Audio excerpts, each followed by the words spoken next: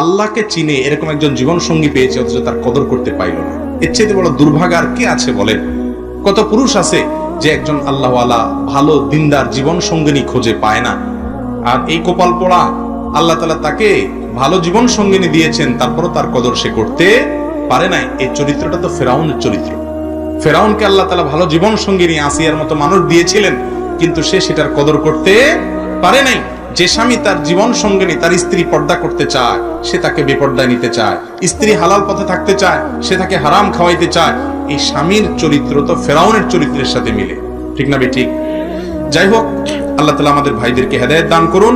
আর এই বোন যিনি প্রশ্ন করেছেন, আপনার উত্তর হলো যে এরকম পরিস্থিতিতে আপনার জন্য যদি অন্য কোনো উপায় না থাকে, তাহলে সেক্ষেত্রে তার যেহেতু হালাল উপার্জনও আছে আবার হারাম উপার্জনও আছে, তার উপার্জন থেকে আপনি আপনার জীবন ধারণ করতে পারেন প্রয়োজন অনুপাতে, যেহেতু আপনি নিরুপায়।